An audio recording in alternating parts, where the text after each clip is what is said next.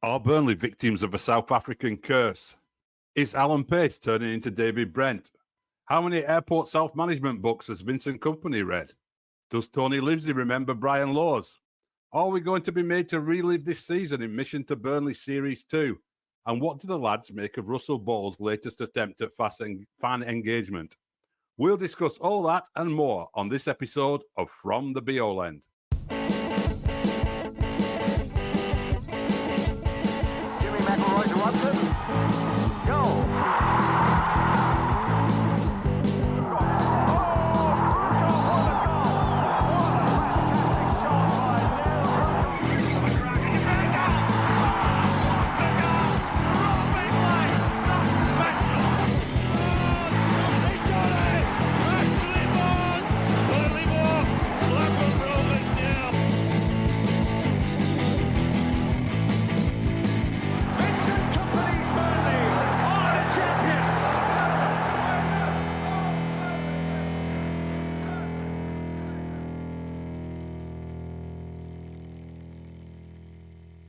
Welcome to From the Beole End. I'm Simon Evans, and with me are Andrew Greaves, Justin Connolly, and Paul Woodhouse.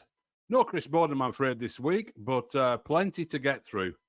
The Clarets are back in action at West Ham on Sunday, but there were a few things that came out of the Bournemouth game that we wanted to talk about that we didn't get a chance to, really, in the last podcast. So let's start off with this South African curse business. So, for the benefit of people who don't live on Twitter all the time and get sent messages from angry people in Johannesburg, who wants to explain what the South African curse is? Greavesy, go ahead. Well, apparently, and I think this is all linked to the fact that Lyle Foster, who was missing from all football due to his mental health issues, it's kind of angered the South Africans. And apparently there's now a curse that exists upon Vincent Kompany's side as a result of, I guess, their anger at the fact that Lyle Foster didn't play at the AFCON. But as somebody pointed out, we were shite before AFCON and we've been shite since AFCON.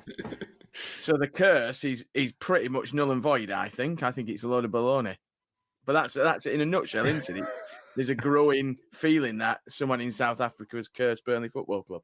Because we robbed South Africans of the chance to see Lyle Foster's straight lines in AFCON, we have been cursed by South Africans who now gleefully come on Twitter after every defeat and remind us of this curse. What do you make of it, Justin? Well, I think you're dismissing it a bit too readily there. It seems to make a lot of sense to me. I mean, I think what they're annoyed about is that he was playing for us, but he wasn't playing for them. He was sort of comfortable in his own environment, playing at Turf Moor and for Burnley, but he wasn't fit to go out there and play in the tournament, and that's what's annoyed them, because I think they thought they were going to win it if he was playing for them. I mean, like I think it was Woody who said we were shite before the AFCON, and you know we're maintaining that. But we did have a little bit of a rally, didn't we? Just around just before New Year, just coming into the New Year. There, we did sort of establish a bit of better form, and you know, I wouldn't write it off completely, because there has certainly been a dip over the last 2 or 3 games, hasn't there? And it would explain an awful lot that we've been unable to explain on this podcast. Woody, are we going to have to go to New Orleans and get some voodoo person to free us from this curse? So what are we going to do? I do know 1 or 2, which is why I'm going to be very careful with regards to this, because I don't want to have an extended contract curse going through the summer, etc., and us winding up having a recruitment similar to like last summer's. So I'll keep it. So the recruitment could be cursed. Everything could be cursed. Exactly. What can we do to lift it? Do we have to go and carry out some ritual somewhere? I'm close enough to Turf Moor to get up there in an hour or so. I can Sage. Right. Well, I think I'm right in saying that Clive Holt used to let his dog piss in each corner of the Turf Moor pitch, and I don't know if I completely made this up or not, but I'm almost certain that Clive Holt had a bit of a ritual of taking his Cocker Spaniel or whatever dog he had around the Turf Moor pitch that he used to relieve itself around the corner of every bit. But I can't remember if I can't remember. Oh, this sounds like this could be it. I think you're asking a bit too much there. You can see it on the Burnley Express, can't you?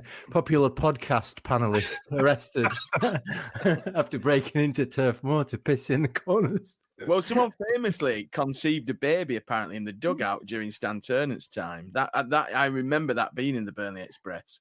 You remember seeing celebrating. I'm not doing that either. But apparently, these are all things that we may have to try to kind of lift the curse and make sure that I don't know if Clive Holt still has the dog, to be honest. We need to have a word. Something's got to be done because this is going back some years. But yeah, I mean, maybe I was too dismissive of it. Maybe maybe they're on it right now, stood around a cauldron and kind of calling the spirits in to kind of get us cursed freshly against ahead of Sunday's game against West Ham. But Chris, it's been a bizarre week, hasn't it? And that it's been a bizarre last couple of weeks, and that is up there with the most bizarre thing to happen or come out into. Let's keep our fingers crossed that Chris has got Clive Holt's phone number still. Yeah, give him a bell over the weekend. Well, we're gonna have to return to this theme and see whether we can get Clive Holt's dog back into action. I thought you were going to say get Clive Holt's dog on the. I mean, how long?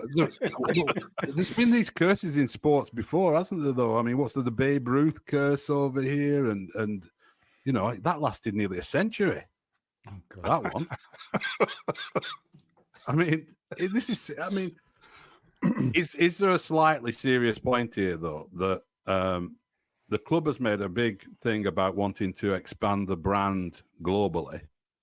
Probably the only country that, judging by social media, where we seem to have had any kind of uptick in interest was South Africa. When Foster had that little spell of goals and was looking good, suddenly Twitter was lighting up with people getting excited from South Africa, and then suddenly this soured it all. We've lost them all. We've created a group of people who are hostile to Burnley in South Africa because of it.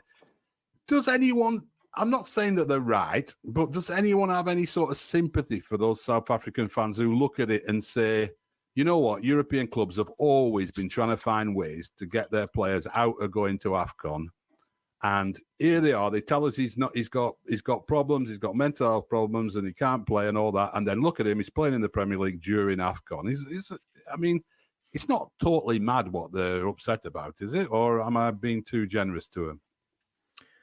I think you're being a bit generous. I mean, I think there was talk of legal action and all this carry on from the head of South African FA, which was very cloth-eared and very Danny Jordan, wasn't it? Yeah, yeah, very out of I thought very out of order. I can understand the frustration, and I think had it been a groin strain or something that suddenly you can get over once the squad's announced and things like that. But I think Burnley missed Foster for a number of games whilst he was, clearly not in a very good place.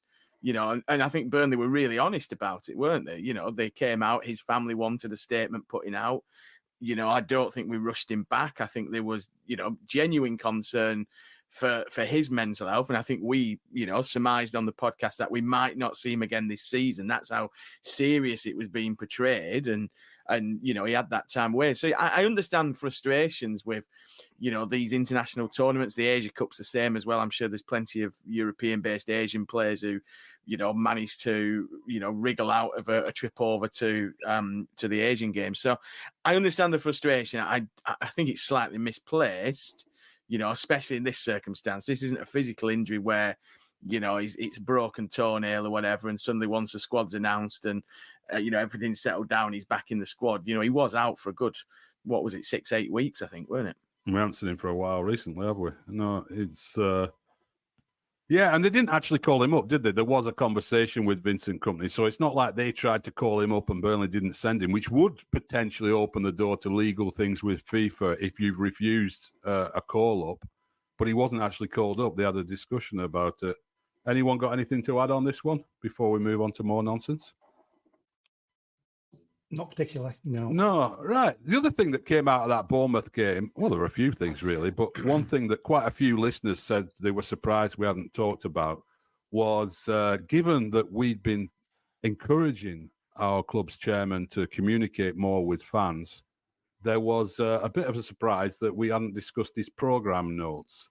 Now, I'm not going to read out all his programme notes, but one little bit did sort of jump out, and I'm really clipping a bit of it, where he says, there's the start of his thing is all about, we need to rally around and stick with the lads, and I believe in forever forward. And he has it actually on his baseball cap. It says forever forward as well. So it's obviously an official slogan.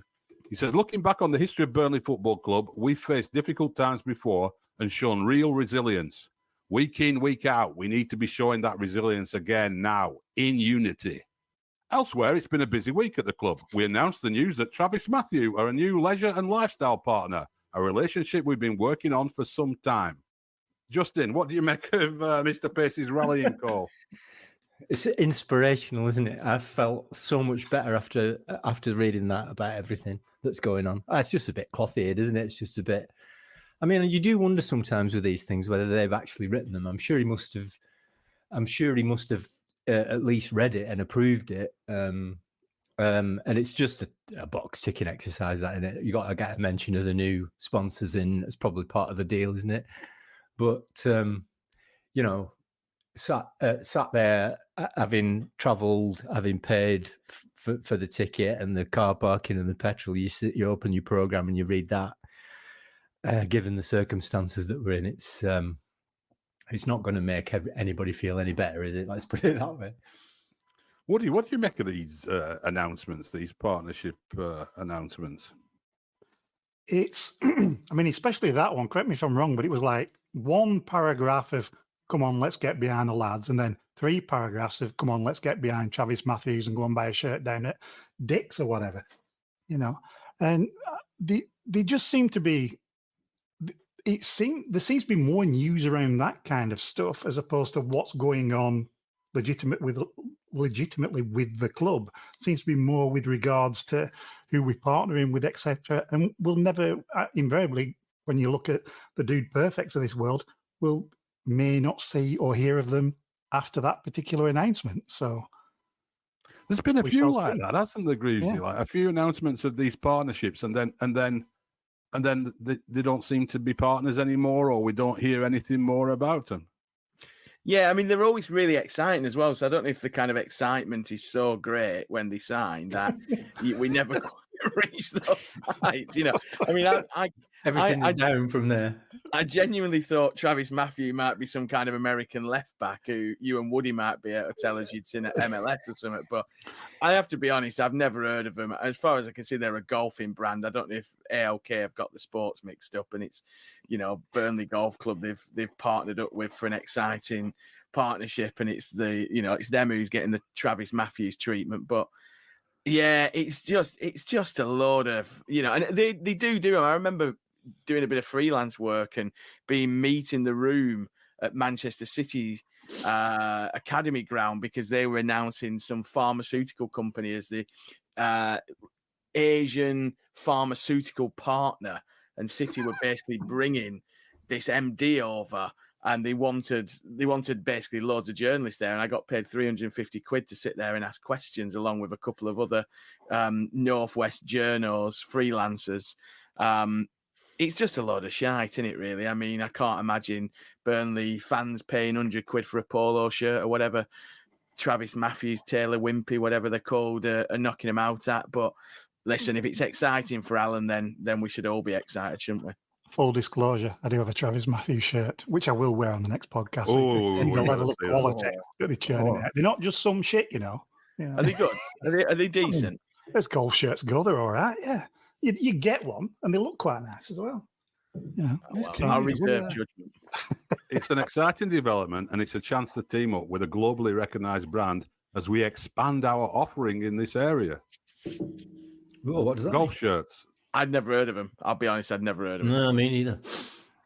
It's an interesting one. We'll see what comes of it. I mean, are they going to produce claret and blue themed golf gear? I mean, you would think that'd be logical. Yeah, I presume we'll see, because JJ is a big golf fan, isn't he? He's always on the course, so maybe I don't know. Listen, we take the piss because of all this kind of hyperbolic language that they use around it being exciting, and they've worked on it for months and all of this kind of thing. We take the mick, don't we? Because it's our job to take the mick. But listen, if it gives JJ some more merch to wear whilst he's on the golf course and it opens up markets over there, then, who am I to take the piss? In Alan we trust. I do wonder about this. In fact, we'll just briefly segue into this because I've been thinking about this spreading the brand, and I heard somebody say recently that we feel more like a brand than a club at the moment. But it's like when people talk about spreading the brand in America, I'm not sure what it means really, because is it name recognition? Because if it is, definitely that's been happening over the years. That was happening under Garlic and Dyche, that you'd have conversations with Americans and you didn't have to say anymore, oh, I'm from near Manchester. You could say Burnley. And if you knew that they were into soccer, you could say Burnley and they didn't know what you were talking about. But now, whenever I've done this, I don't know what your experience has been, Woody, but, if ever I meet a new American who's into football and they'll say like, oh, where you from, what's your team or whatever, and I'll say Burnley. Not once have they gone, oh, yeah, JJ Watt, he's like a big Burnley fan, isn't he? But several times they've said, oh, you're having a bad season this year, aren't you? I think American fans are a bit more smart than to fall for a celebrity endorsement when they're actually watching the Premier League and knowing what's going on. Woody, what's your experience of brand recognition for Burnley in America? Well, it's a lot different. I mean, I still do have one mate over here who, from about 15 years ago, asked me what's a Burnley when I mentioned, football, etc. And so even still, he says, what's a Burnley? So that recognition has changed just ever so slightly, that we're not necessarily that type of a thing. But I think people get it a little bit more, but still not, but they've got to be into soccer first. They've got to be into watching the Premier League on a Saturday or whatever. But I think it's probably got better amongst certain people, but I don't think it's expanding necessarily. Yeah. Well, I mean, the story of the season this year is not about an exciting club, is it? It's not about, we're certainly underdogs. If we were trying to be everyone's favourite underdogs, we've produced, guaranteed our underdog status this year, that's for sure. But let's look at what Vincent's reaction was, though, to Sunday's game as well, because we didn't get a chance to get into the press conference stuff, and some of the videos get sort of dripped out in the sort of days afterwards. Let's have a listen to what he said about the crowd reaction at the end of the game, the booing that there was. That's after every defeat in every club. Believe it, I can't remember which game it was, but I went to watch, I think, City after they won the treble once, and at half-time they went in and got booed because they weren't playing well. It's football. So I've known nothing different my entire career. But as long as they're there from the start, which it was, and as long as throughout the game they support you, for me, that's part of the things you have to be able to deal with in football, and eventually it all comes back in a positive way, I mean. Okay, so it happens everywhere, according to Company, every game, everywhere. What do you make of that, Justin? Well, I don't think that's true, is it? It doesn't happen every game. I don't remember much booing at Turf Moor last season, for example. But there certainly has been plenty this season. I think he's right, though. I mean, it's one of the only ways that the fans in the stadium can express their disappointment at what's going on. And it always happens, doesn't it, at halftime and at the end of the game. It's one of those things where a fan is always conflicted, aren't they, about how they're going to react to what's going on the pitch.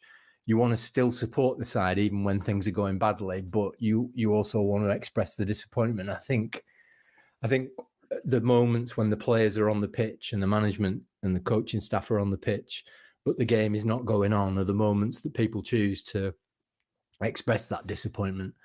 I don't believe that it's happened at the Etihad Stadium, though. I think he's made that one up. I mean, I don't remember hearing City fans boo like that. I don't remember hearing City fans make any noise at all in the Etihad Stadium. Let's be honest, either booing or cheering. Anyway, it's one of them, isn't it? We're in a bad moment, and this is the best way that we can express our views without impacting on when we're getting behind the team when they're actually, playing a game. It's interesting the media are making a big deal out of it, really, by asking questions about it, because if it is fairly common. It doesn't happen after every defeat everywhere, but Greavesy, have you ever been a booer? Not really, but I should pick up on this Vincent Kompany and the Etihad, because I did find that actually after City drew with Crystal Palace in December, some of their fans were booing. So I to give him his due, I did have to have a look. But when they drew with Palace 2-2 at the Etihad back in December, there were reports of City fans booing as the team left. So I don't think he's completely made it up. And I said this to you, didn't I don't mind it. I think it is a deflection tactic, which it obviously is. And I think he's trying to protect the players. I'm not quite sure they'd get my protection. But no, I've never really been a booer. I like booing a referee. Love booing a referee. Love booing an ex-Rovers player, that kind of thing. But I'm just, this season, as I'm trudging off, I'm literally trudging off. I'm just a bit miffed that we've, not been able to get points. But I think even last season, obviously we had no boos, but even in the later stages of last season, there were people grumbling about us playing out from the back and being slow. So I think as Burnley fans, we've always been a bit of a curmudgeon set of sods, haven't we? Let's be honest. We're always kind of downtrodden and things. So I've no problem with it. I'll be honest. I've no problem with him like trying to, deflect it, trying to shrug it off or whatever. I think some of the stuff he says is a little bit disingenuous at times, but not the booing. I mean, fans have every right to. I mean, we've been cack, haven't we? Let's be honest. We've been woeful, and to not beat a pretty awful Bournemouth side for the second time this season, I think the boos were deserving. It is the reaction, though. I mean, Vincent strode around the pitch afterwards, clapping all ends with purpose. And you just see how disappointed and dejected some of the players look after the games. And you just know he's got a battle on his hand every Monday, which is why we never see any training pictures from Monday. It's usually Tuesday or Wednesday before we see the full focus on enter name of opposition team here. We go again. People laughing and all that kind of shite that they put out. But yeah, I have no problem with him, deflecting the question about boos. It's difficult, isn't it, in the heat of the heat straight after a press conference. We've both been there, and we've heard some utter tripe over the years from managers, haven't we? And I think. Well, I mean, who is it? Went the other way, didn't he? Thomas Frank at Brentford. He sort of bit about it, didn't he? This weekend, there were boos about Brentford. Were they playing Chelsea as well? Chelsea 2-2, weren't it? He's like, what is going on? I can't believe it.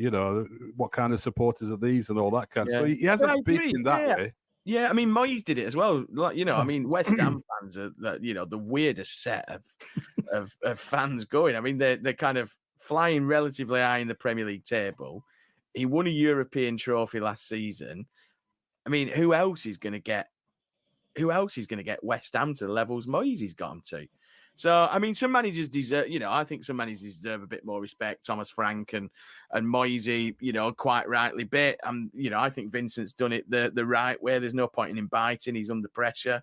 Shrug it off, throw in a nice little anecdote. He probably wasn't at the match where they booed, but he probably read it in a newspaper somewhere, and he's used that to deflect. I have no problem with that. Woody, do you have a problem with booing? Do you think there's anything wrong with it? Fans shouldn't be doing it? I think there are sometimes, occasionally, I think some of the stuff with regards to, say, Trafford last week, that kind of thing is out of order. I think picking on one particular player, booing as bullying is out of order, and it's counterproductive. I think when you get into situations such as this, etc., there aren't necessarily other ways to voice that. I think it's totally fair. Once you get to this situation, you start putting in performances like we saw last week and the week beforehand, etc. And I think that's perfectly fine. I think, when people talk about standards and expectations and stuff, I think if they come off the field after that Arsenal game and they come off the field after that Bournemouth game to a sort of polite ripple of applause and people asking for selfies and autographs, it doesn't say much about, that would raise a lot of other questions about what the fans want. Do we expect to be? Are we really a Premier League club, or are we just here for a season's jolly or whatever? So I think it's fans expressing the frustration. I don't think it's a massive problem, but I do totally agree that I don't like, and I've never ever. I may have booed at the end of a game. I can't remember whether I have or not. I watched a lot of football in the dark days, so I'm sure I did. And I've certainly chanted for managers to be sacked, and chairman to resign and various other things. But I don't think I ever did this sort of booing a particular individual player either. Even like when my dad were getting on Steve Harper's back, it would be more a sort of slight comment about his haircut or something, rather than like a full scale booing. But yeah, one person who did react to it all quite strongly on social media was veteran estate agent and Burnley's director of fan engagement or experience, Russell Ball, who tweeted out that video and that audio we just heard from Vincent and said, "Love this perspective from Vincent. Let's get behind him and the team always." And then there's a bit of chat with some fans, and somebody says to him, David E. says, "All well and good, but you're not spending your hard-earned money watching this shambles unfold week after week. It's difficult to get behind the team when we're watching the same match every week with just different opposition." To which Russell replies, "No, but I'm investing nearly every waking hour I have to add my bit to making a winning team. We know VK can do a job. Look at last year. How quickly we forget. He's just asking us to back him." What do you make of that, Woody? That's the director of fan engagement saying how quickly we forget. He's having a bit of a pop there, isn't he? Ever so slightly. He could probably do with going to charm school at some point.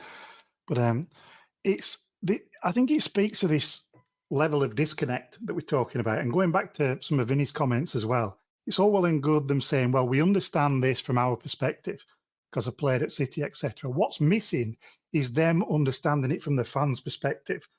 Yeah. Try and flip it around and understand what it means to a Burnley fan currently in this particular situation, and don't think about yourselves. It's very much ALK management centered is all this kind of stuff that's coming out at the minute. And I wish they'd just, flip the script just a little bit. I think that's a really good point. Yeah. Are they doing that a bit, Justin, do you think? Yeah, I agree with everything Woody's just said there. I think fans have got every right to express their opinion, and expressing their opinion after a poor performance on the pitch by, booing in the stadium. What other way can they express their opinion? And I think he's got it wrong there as well, in the sense that I think the fans, generally speaking, have backed the team this season. They really, really have. I know it's not been that sort of what did they say they wanted to develop? Fortress Turf Moor with the drummer and all that stuff. I know it's not quite been that, but it goes back to that reciprocal energy that you get off the pitch from the players.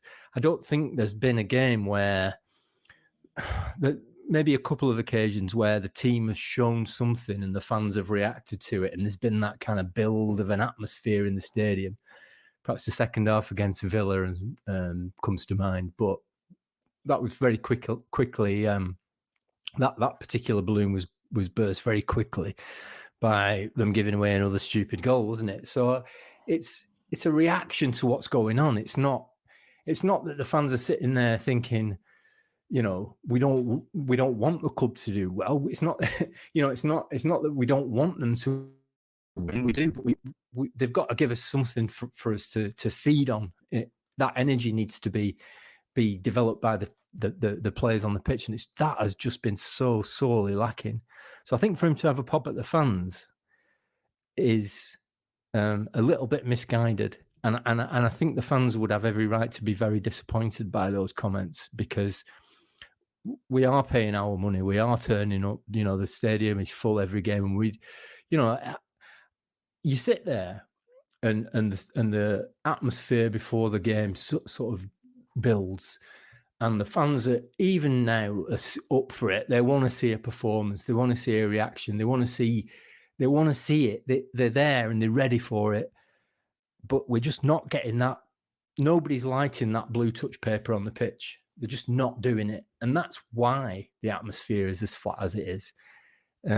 So for him to suggest that it's the fans who are wrong about this in some way is really disappointing, I think. I think, if anything, it's been a pretty mild and restrained reaction from Burnley fans for most of this season. I mean, maybe because I watched football in other countries when I lived in Hungary and Italy. When teams had a season like Burnley's, I mean, there'd be like fans on the pitch and protests and all kinds of stuff going on. Greavesy, what did you make of Russell Ball's intervention? Well, I think Mr. Ball would be best served spending a bit more time working out how to increase customer satisfaction levels, which I know is a big thing for the Americans, of course, and the service industry. I think at the minute, these customer satisfaction levels, if we're going to talk about catering, if we're going to talk about entertainment, if we're going to talk about pre-match, searches as we're going into grounds and things like that, I think he'd be best placed either going back and watching Brighton. I believe he's a Brighton fan, hence the drum. Or actually just doing the job he gets well paid for, rather than taking pops at fans and things like that. And actually, we were given some correspondence anonymously from somebody who'd had the absolute cheek to complain about away fans in the home end, and as well as the kind of usual measured response from Russell about how the club are doing everything they can. And there's 9 banning orders been dished out to Burnley fans for the Everton trouble, I believe. He also put a line in that said, can I just ask, were you at the game? Did you witness these events? Because we've got no record of you as a season ticket holder. Now, this particular person assures me that he travels some distance for home games when he gets up to Turf Moor from down south, as we might say, down in Russell Ball country.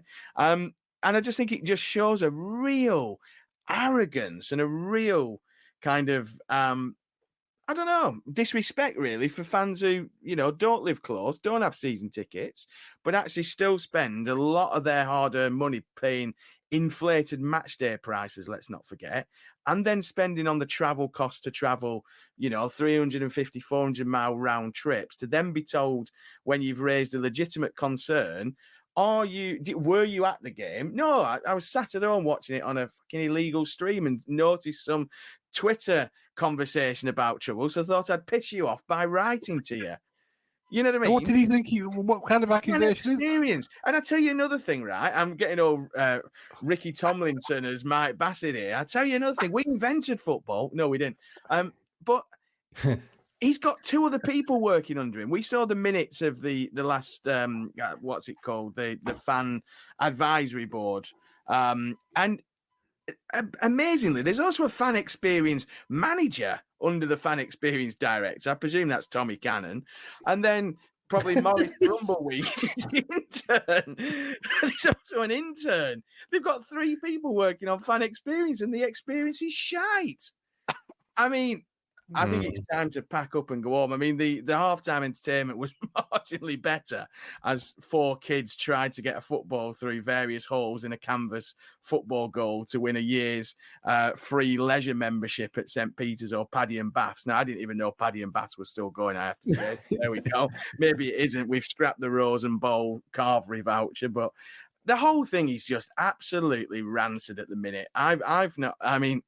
We don't bother with the catering anymore because you can never get what you want. No, I don't. It's either too hot, too burnt, too cold, or frozen. The only improvement this season, I have it on good authority, is the fan zone. And fair play to them. Hafner's pies in the fan zone, that's what we want. Brilliant, etc. Live music, live football, big screen, brilliant. The rest of the experience on a match day is absolutely terrible. And I think every Burnley, I think any Burnley fan that says they have a good experience when they go on Turf Moor needs their heads checking. But there we go. I completely agree with that. I mean, I've got to the point now where, like you, I just don't engage with any of it. No. I try and time it so I get to my seat about 2:45 or whatever. Don't go down at half time to try and queue up or get anything, and then just get out of there as quickly as I can at the end of the game, and spend half time probably trying to, trying to check the scores in the other games on my phone, which you can't do because obviously the service doesn't work when you're in the ground. That's what they could do. They could get a decent Wi-Fi for everybody. We were told they were. We were told that they were improving that, but I mean, it is. I mean, I'm exactly the same as you, Justin. We time it. We give our money to good local businesses, plenty of good local watering holes around Turf Moor and in town. We go there. We have a couple of pints on Sunday. We went and a breakfast and a couple of coffees, knowing that, But if Burnley Football Club provided that, you'd get to the ground half an hour earlier than you did. You'd still support your local businesses, but you'd support your football club. We were told at the start of the season, brilliant new food offering and all this carry on. It's the same old stuff, just at a quick era. I used to do that in the past. I used to turn up early, go and have a look in the club shop, see what they got. Mate, occasionally buy something. I'd go up and get a pie and a coffee before, or, and getting my seat early. And, but now it's partly to do with the results on the pitch, isn't it? But it's not the fan experience, as you say, is not a pleasurable one, even given the dire state of things on the pitch. Off the pitch, it's just like, it's mediocre. It's worse than that. The halftime stuff is actually a bit cringeworthy and embarrassing, isn't it? It can be. What's your favorite? What were your favorite? You signed here, understand. What were it like? What were it like working? Understand. What were your favorite goal? They asked Peter Swan what his favorite goal were. The guy was a bloody defender. He went, "Oh yeah, they were definitely one. I think I'm sure Swanee made it up. I'll be honest." But it's they bring him on. It's 3 questions, and they go, "Oh, there he is. Let him go." And the guy doing the answer, asking the questions, is so overexcited as well, isn't he? And so loud. It's like, oh, he's obviously been told, we need to bring a bit of energy to the table here. We need to get people riled up a bit. All I'm riled up about is how noisy it all is, and the PA. How they just need to calm down a bit. Calm down. They should just get some kids from, the local skills playing a few five-a-side games or something like that. They used to. Then they shunted them to the other side of the pitch. Didn't even tell us who the kids were this week. And we got to listen to 3 inane questions to Peter Swan. But even that interview could be better. We sit there every week just going, get them on earlier, make it a proper thing, get a camera person close to them, put it on the big screen so everyone can see it, make a thing of it. I mean, even them setter bastards down the road used to have like a camera at the side of the pitch doing interviews on the, the tunnel and things like that. I mean, we are just, honestly, it's like amateur hour. But what I will say is they've redone all the executive suites. So they're charging 350 quid for, 2-course street food, and people are buying it. And it's all about the corporates and LED screens and things like that. Well, whippy do, while the rest of us are queued up to be patted down for, for drugs and weapons. I mean, it's a while since me or Woody have been on, so I haven't had that sort of experience at all. But it is surprising, isn't it, Woody, though, to think of Americans.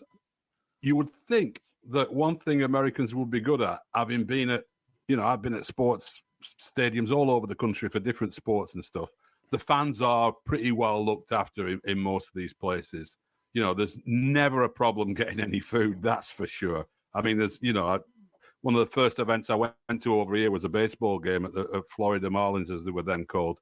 And they actually had a ticket, which was an all-you-can-eat ticket, which was like the ultimate American concept, really. But you could just keep going back for hot dogs, But they are good at making sure that if you want to spend your money in this stadium, you can spend it. Yeah, here we are, where, from what Greavesy and Justin are saying, Woody, it sounds like it were better under the, the not exactly very progressive leadership we had before. I mean, yes, they are slightly different, but I don't think also that football lends itself to the same type of passive kind of consignment experience. You don't necessarily have people throwing 32-ounce cans of booze at you, and being able to buy pies sat in your seat. I think that'd be, a wonderful thing for folks on the Bob Lord, but it's not going to happen during a football game, is it? But it is interesting to hear how badly the experience has fallen off. And like you say, you'd never see that at any particular ground over here or stadium. No, we said it after we went to the MLS Cup final, didn't we, at Columbus Yeah. Crew? And we were saying, like, it's an amazing thing that you go to that ground, which was brilliantly set up for, like, people were there 2 hours before kickoff having a really good time. And you look at it and think, I wish Alan Pace had come over here and have a look at this and they could do this at Turf Moor. But we're talking about a bloke who used to own an MLS, well, used to run an MLS team. So it's amazing that this is going on, really. To be fair to them, Simon, I do think they are slightly hamstrung by the geography of the place. You know, those concourses. I mean, I think that's what the thing in the Jimmy McElroy stand is all about. That, you know, opening out all the corporate boxes that used to be in there to a big space where they can offer food, you know, offer a better experience, because the concourses underneath the you know, where, in the north stand where we are, they're not made for offering this sort of, exactly. You can't. That's why you can't get enough people in there, and it's always really crowded. The queues are massive. God knows what it's like in the Bob Lord stand, the cricket field stand. You know, things that were built. You know, I think the cricket field stand's probably older than us. The Bob Lord stand built in the 70s. It's not geared up for this kind of offering. So that's slightly in their defense, but I'm sure they could still do a much better job of it than they do. Yeah. But it's the offering behind the counter, isn't it? That's all you're looking for. I mean, I will give them credit. I mean, there is, I don't know who put the roof on, but there is a roof over the kind of Bob Lord concourse now at either end, or certainly at the end closest to the Jimmy Mack stand, because I was in there a couple of times last season, but it is very tight. And what I will say to them is on Simon's point, there's lots of food concessions outside of the ground that do add to that atmosphere on the car park and the fan zone. Like I say, you've got to give them credit. The fan zone this year, I'm told, is you know, better quality goods, better, you know, it's a good atmosphere in there, and they've got loads of things going for it in the fan zone. I just think, you know, Mr. Ball needs to not stand on the side of the pitch bouncing a ball and trying to look important in his suit and his earpiece and you know, get on with doing his proper job, just like we do every week. At least he wears a suit, to be fair to the lad. You know, that's could it. do with more suits. Could do with more suits. Talking about fans, we're going back a little bit to what was being said about the booing, where we started off with. Tony Livesey, the BBC radio personality and Burnley fan, and someone a few of us know quite well. He wrote a piece. He was invited to write a fan view for the BBC's website, which got a little bit of reaction. And he says, one of the first songs I ever sung in the early 1970s was Bob Lord Out, but crucially, he was a chairman. When we turn at Turf Moor, we tend to go for the owners, not the man in the dugout. Now, his whole piece is about how companies got a lot of credit in the bank, but as I sort of suggested in the intro, does he not remember Brian Laws? I mean, that got pretty nasty, didn't it? But generally speaking, I mean, Eddie Howe got time, Daesh got time. I mean, Burnley aren't a particularly impatient fan base, are they, Greavesy? Is he right? Yeah, I think he's right. I think in terms of you know, the credit in the bank stuff, I agree about Brian Laws. I think that was and you know, some absolute bastard wrote a column in the Lancashire Telegraph after we got beat by Man City saying it's time to go, Brian. And you know, I don't think Brian's ever forgiven that bastard. Certainly, he tried to ban him from Turf Moor, but there we go. Really? Yeah, it's weird though now because I've got a really successful podcast in the top 100 of the UK soccer charts, and Brian Laws is out of work. So weird how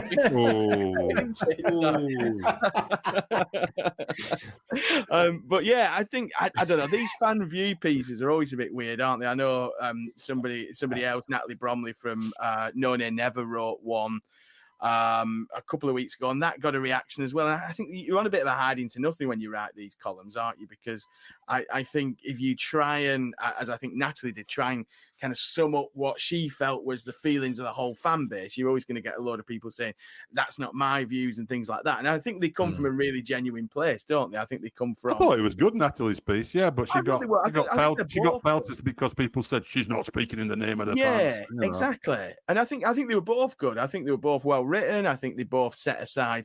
And it's their opinion, isn't it? You know, we all see things differently. You know, I'm sure there's somebody telling me, you know, that you know, my experience of Turf Moor is different to them because we all have a different routine. We all see things through a different lens. We on this podcast don't always agree with, you know, whether we pull somebody up on something. So, you know, Tony's like the rest of us. He's been there in the 4th division and you know, worse and you know, is in a lucky position that he's, you know, got a platform like we all have to kind of spout our views and things like that. But yeah, I think, you know, aside from Brian Laws, I think we are a pretty patient bunch, and I expect us to continue to be patient, really, you know, for both Vincent and for Alan Pace and ALK. Yeah. Final thing to discuss. It's popped up a couple of times on social media and so on. The question of, do we get the pleasure of reliving this whole campaign again on Sky Sports in various installments, Mission to Burnley Series 2. I can't say that I'd really be looking forward to watching that, but is that something that you think the club will go for, Woody? They've been filming, apparently. It's one of those, isn't it? It depends what you want the story to be and how transparent they want to be. And I can't imagine that they'd want anything remotely warts and all looking at what's gone on this year. You know, it may be a decent idea, but I don't think it'd happen. Justin, did you enjoy the first one, or to be brutally honest with you, Simon, I only watched the first episode. I couldn't stomach any more of it. I found the whole thing a little bit sickly, but a little bit embarrassing. I would have loved to have. I mean, I would have loved to have relived that season again. But the way it was put together, I think, was not really. It wasn't really my cup of tea. Let's put it that way. And I'm not interested in seeing another one about this season. Depends what the footage is, though, doesn't it? If it gives us that transparency that we keep talking about, if it explains the decisions that have been made, if it shows us why we've gone in the direction that we've gone and made the choices that we've made about who stays and who goes and what happens on the pitch and off the pitch as well. If it explains all that and it can bring some sort of insight to it, then it will be worth watching. But I can guarantee you that that's not what it would be. No, I mean, we were told last time that Alan Pace and the board had sort of editorial control, or at least a checking process at the end of it, which you could see watching it, couldn't you? You know, but absolutely. Greaves, I mean, would it do them more harm than good to have a program? I mean, last time it came out in September, just as the season was getting underway. If next year, presuming we're in the Championship, we then ask the fans and the world of football at large to relive our relegation campaign. I mean, it kind of seems to undermine whatever marketing effort and pre-season build-up you might have. Yeah, I mean, the last thing anybody wants to see is their club being portrayed as a basket case. And I think basket case is probably a good description of the state of the club this season. I mean, we all love it. I mean, that first Sunderland Till I Die series, I think is fantastic. And of course, going back to the kind of early 2000s, even the 90s, there were loads of really good kind of, you know, disaster stories, weren't they? I remember the one about Chester City with Kel Surprise, an American owner who I think made himself manager for a while. You know, the Peter Reid one at Sunderland. They were all these, and you just, every time you watched them, you just went, I can't believe they allowed that to go out. And now we're in a position where it's also going to be sat here going, I can't believe they allowed that to go out because, I don't know what the situation is in terms of, you know, I don't know if they're tied into a second series. Certainly the filming has been done. You know, they are still going around and filming stuff. The biggest disappointment last time was the amount of off the field ALK stuff, I should say, against the amount of on the field in the dressing room stuff, which is the stuff you really want. You know, the Mourinho stuff on the Tottenham one's really good when he's in his office and he's kind of finding out that players are injured. You know, that kind of stuff is what you want to see. You know, the kind of ALK squeezed into a store cupboard in some Waffle House in Ohio when they allegedly find out that we're under a transfer embargo. He's not, you know, it all feels a little bit contrived and things like that. And that opening shot of him playing football in some weird little Ribble Valley quarry. I can't get that one out of my head. And the fact that they put Alan Pace in goal at 3'7" or whatever pace he is. He says he's 6'6" on Wikipedia. Him and James Trafford. I'm going to say it's the same measure as James Trafford, I think, isn't it? Someone's pulling their leg, but yeah, I don't know. Maybe we'll get to the bottom of the free telecampaign and you know, find out, you know, how high Alan's stools really are at home and things like that.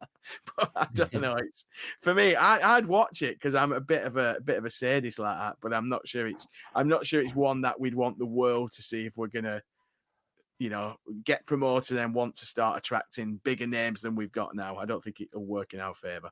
It'd be interesting, yeah. And they should go to Johannesburg and get to the bottom of this curse thing. They could, you know, maybe find the person who laid the curse. Could send Russell Ball.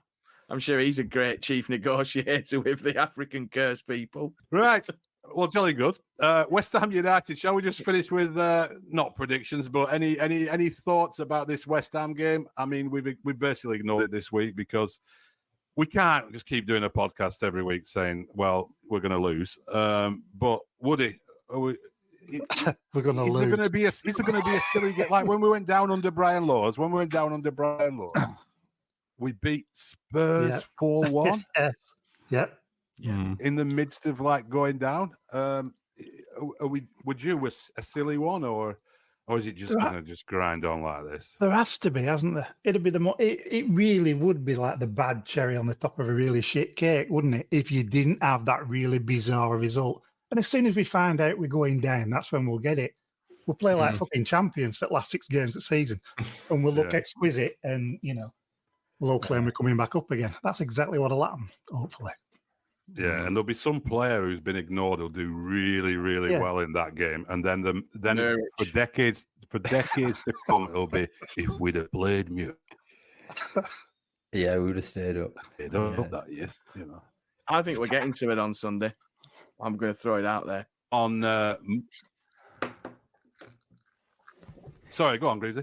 I think we're getting something on Sunday. I think we're getting a draw. I think that season starts Sunday. The Great Escape. Oh, we've been down this road before. No, we're getting some 2-2 on Sunday. I Mystic Greaves. I've got my Chelsea on already. Not going to let me down. 2-2 Sunday. You've heard it here first. Boom. All right, let's do the predictions then. Well, according to Vincent Kompany, he's learned more this season than he's learned in his entire career. We obviously haven't seen any evidence of that yet.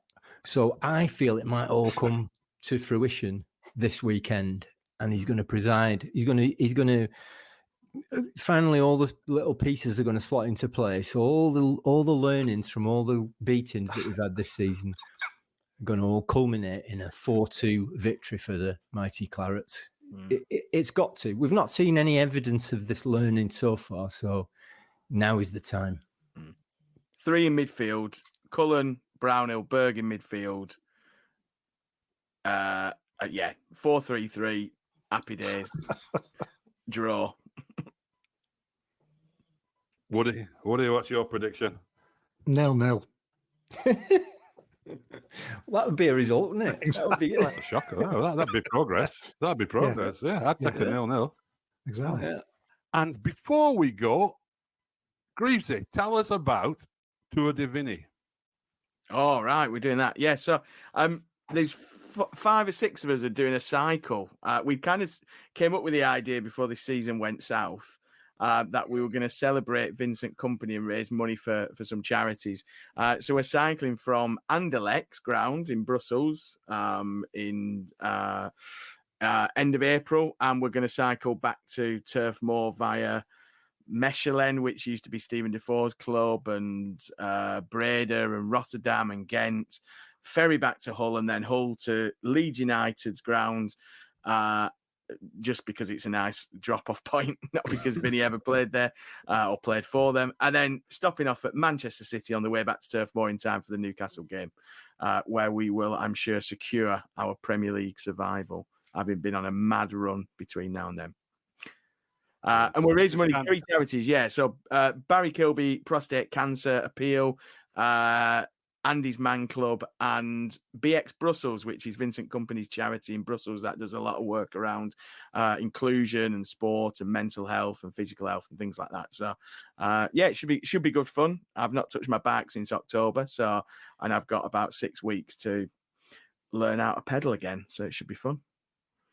Excellent. Yeah. That first kilometre is always the most difficult, I think. You know, I'll never be as bad as that first kilometre. Easier from then; it'll never be that bad again. Missing potholes is the easiest thing in the world. But Gravesy, how do we give you money for this? Oh well, if you check out at Tour de Vinny on X or whatever we're calling it, there's a link to the GoFundMe page there. We've had some brilliant sponsors as well. I should mention the sponsors: Altham's Travel, Hafner's, all the greats. Construct. Who else have we got? I'm going to run out of people here. Hargreaves Plumbing Supplies and Oros Aerospace as well have sponsored, have helped with the logistics and very, very tidy sums towards the charities as well. So yeah, at Tour de Vinny on Twitter /X. Do it, follow it. Sounds great. It's sort of the opposite of a driving back to Anderlecht, isn't it? It's kind of, it's going to Anderlecht and coming over here. Really be fascinating. A few Belgian beers on the way back, no doubt. Oh, absolutely. Excellent. All right. Have a good one, everyone. Enjoy your weekend. Up the Clarets, and speak to you all on Monday.